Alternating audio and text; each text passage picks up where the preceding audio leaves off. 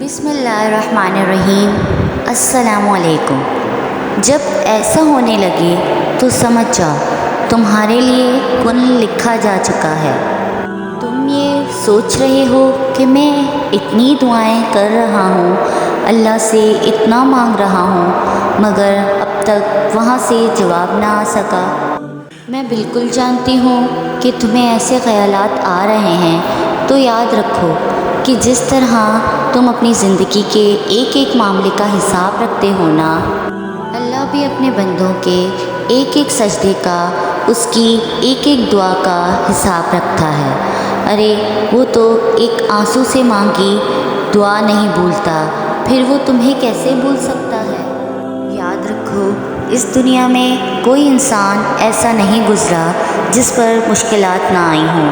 असल में मुश्किल और दुखों का आ जाना अल्लाह की तरफ से हमारा एक टेस्ट होता है।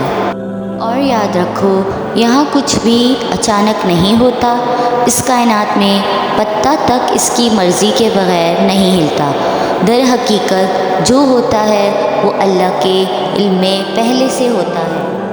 सुनो, जो चीज़ तुम्हारे हाथ से निकल जाए उस पर हरगिज़ गम ना करो, क्योंकि अगर तुम गम करोगे तो उसका मतलब है कि तुम्हें अल्लाह पर यकीन नहीं। अल्लाह फरमाता है, मैं तुम्हारी किस्मत, तकदीर और तुम्हारी चाहत से बढ़कर लिखता हूँ।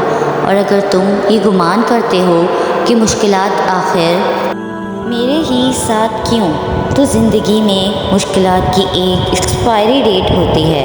ये सिर्फ तुम्हारा एक टेस्ट है। जो जितनी बड़ी आजमाइश से गुज़रता है वो नवाजा भी इतनी ही जाता है।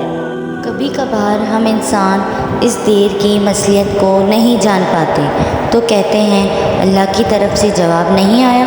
ज़रा सोचो, वो मेहरबान अल्लाह तुम्हारा नुकसान क्यों करेगा। वो किसी का नुकसान नहीं करता। अल्लाह से बढ़कर कौन जान सकता है आपको कहाँ पहुँचना है। आपकी दुआएं तो आपका रास्ता आसान कर रही हैं, और वो तो खुद कहता है कि तुम चाह भी नहीं सकते अगर अल्लाह ना चाहे।